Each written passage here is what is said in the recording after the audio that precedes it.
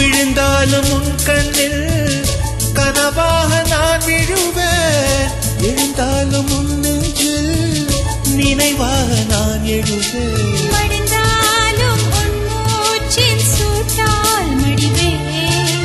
பிறந்தாலும் உன்னையே தான் மீண்டும் சேர்வேன். இனி உன் மூச்சை கடன் வாங்கி நான் வாழுவேன்.